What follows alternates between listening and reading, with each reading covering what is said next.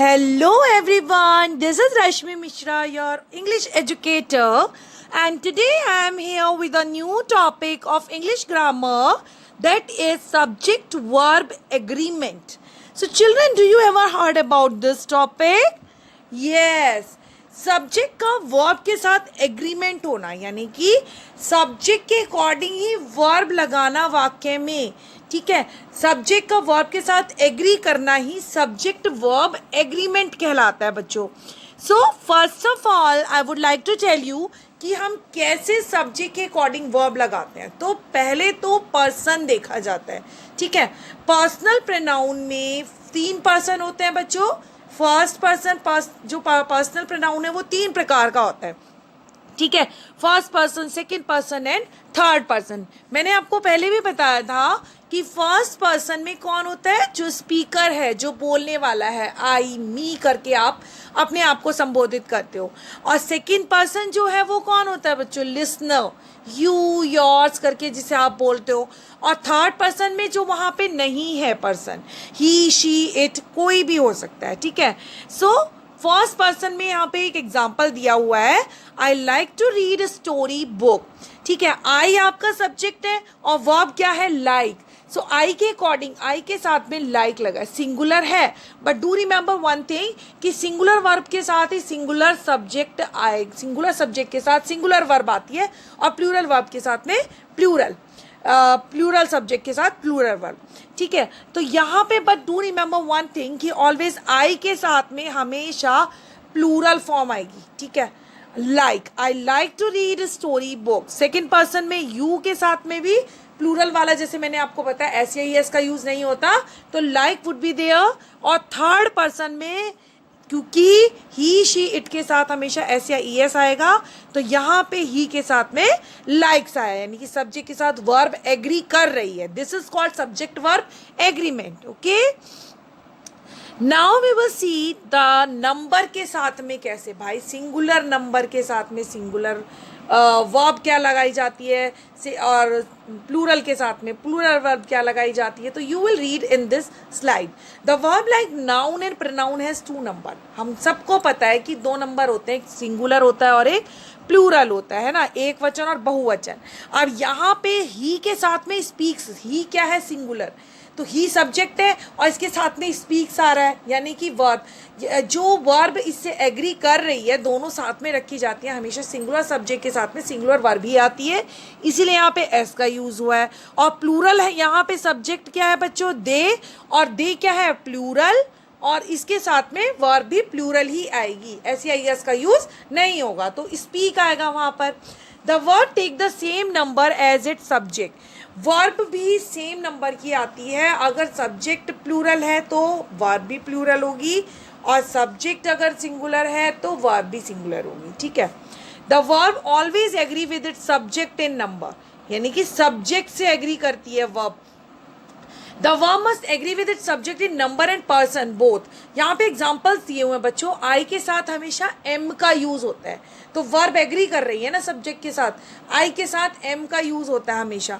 I was, singular verb singular subject. I have, I के साथ में हमेशा, यहाँ पे क्या बताया जा रहा है पोजीशन के बारे में, हैव, आई के साथ हैव का यूज होता है, हैज का यूज नहीं होता।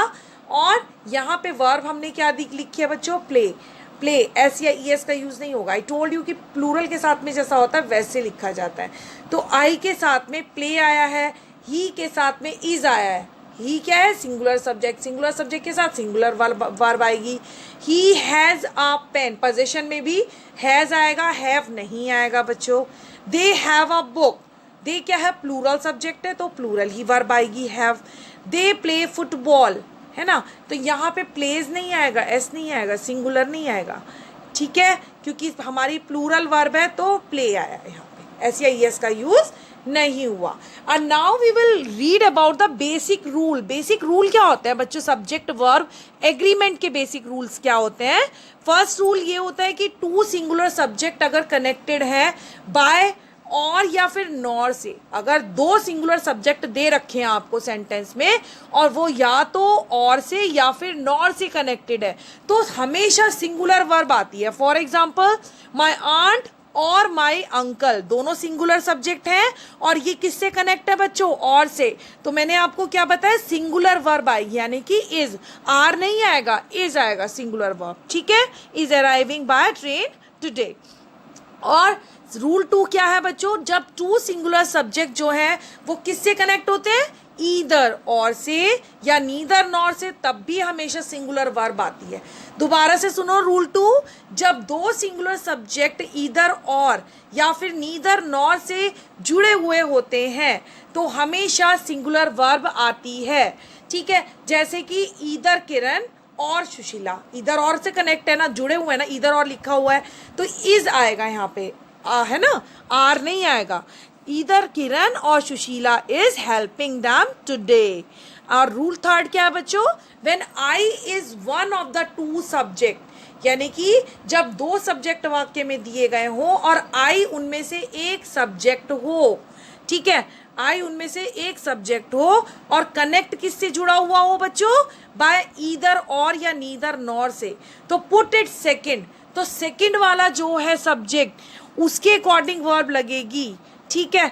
जैसे कि नीदर शी नॉर आई के साथ में हमेशा मैंने आपको बताया था एम आता है बच्चों, ठीक है, इसीलिए यहाँ पे एम का यूज होगा। And then rule 4, we always use singular verb after either या नीदर। हमेशा अगर कोई वाक्य आपका ईदर, नीदर, ईच या एवरीवन से बना है या शुरू हुआ है, उसके बाद सिंगुलर वर्ब आती है। जैसे each of you has helped me, each of you मैंने आपको भी बताया कौन कौन से word, either, neither, each and everyone. अगर इन 4 वर्डों से कोई भी वाक्य शुरू हो रहा है तो हमेशा सिंगुलर वर्ब आती है, हैज सिंगुलर वर्ब के साथ आता है बच्चों। अब रूल 5 क्या है आपका, व्हेन अ सिंगुलर सब्जेक्ट, जब एक सिंगुलर सब्जेक्ट, एक वचन का कोई सब्जेक्ट है और वो किससे जुड़ा हुआ, किससे कनेक्ट हो, और से या नॉर से, टू अ प्लूरल सब्जेक्ट। दोबारा से सुनो, एक सिंगुलर सब्जेक्ट का, एक सिंगुलर सब्जेक्ट दिया गया वाक्य में और वो और या नॉर से जुड़ा हुआ है, और to a plural subject, plural subjects, उसमें प्लूरल सब्जेक्ट भी आया बाद में, पुट द प्लूरल सब्जेक्ट के अकॉर्डिंग ही हमेशा प्लूरल वर्ब लगेगी, ठीक है। जैसे यहाँ पे और जुड़ा हुआ है लेकिन यहाँ पे उसके बाद में हमारा प्लूरल सब्जेक्ट है, पहले सिंगुलर सब्जेक्ट है और लग के प्लूरल सब्जेक्ट आया, तो हमेशा प्लूरल वर्ब लगेगी बच्चों। जैसे निर्मल और his friends have done this. And now the rule 6 what is telling us, if 2 और मोर सिंगुलर नाउन, अगर 2 या 2 से ज़्यादा सिंगुलर नाउन आर से कनेक्टेड है, do remember one thing, if 2 or more singular noun are connected with and, ठीक है, 2 या 2 से ज़्यादा सिंगुलर नाउन एंड से जुड़े हुए, एंड से बने हैं, तो क्या होगा बच्चों, उसमें प्लूरल वर्ब आएगी, हमेशा प्लूरल वर्ब आएगी। जैसे fire and water do not agree, does आता तो इसका मतलब सिंगुलर होता, ठीक है, हमेशा plural, do not is a plural verb. Now rule 7, if 2 singular nouns are connected with as well as, अगर 2 सिंगुलर, एक वचन के जो नाउन है वो कनेक्ट हो, वो जुड़े हुए हो या उसमें लिखा हुआ हो, एज वेल एज लिखा हो वाक्य में, तो हमेशा बच्चों सिंगुलर वर्ब आती है। जैसे जस्टिस हो गया singular noun, as well as mercy, ये दोनों सिंगुलर नाउन है, ठीक है। And all, allow us, allows it, allows, s या यस का यूज हमेशा किसके साथ किया जाता है बच्चों, सिंगुलर सब्जेक्ट के साथ, ठीक है। जो एज वेल एज आ गया वहां पे सिंगुलर वर्ब आएगी। अब रूल 8 क्या है बच्चों, if 2 nouns are connected with as well as, अगर जो 2 नाउन है वो एज वेल एज से कनेक्ट होते हैं तो we always use the verb according to the first subject, ठीक है। अगर दो नाउन कनेक्ट होते हैं, जुड़े हुए होते हैं एज वेल एज के थ्रू, तो हमेशा हम फर्स्ट, पहला वाला जो सब्जेक्ट है उसके अकॉर्डिंग वर्ब लगाते हैं, ठीक है। अब यहाँ पे यू आया है, पहले सबसे पहले यू आया, यू एज वेल एज आए, तो किसके अकॉर्डिंग वर्ब लगेगी यहाँ पे, पहले वाला सब्जेक्ट क्या था, यू, प्लूरल है ना, तो प्लूरल ही वर्ब आई है यहाँ पे, आर गिल्टी ऑफ इट, ठीक है। अब रूल नाउ 9 क्या है बच्चों?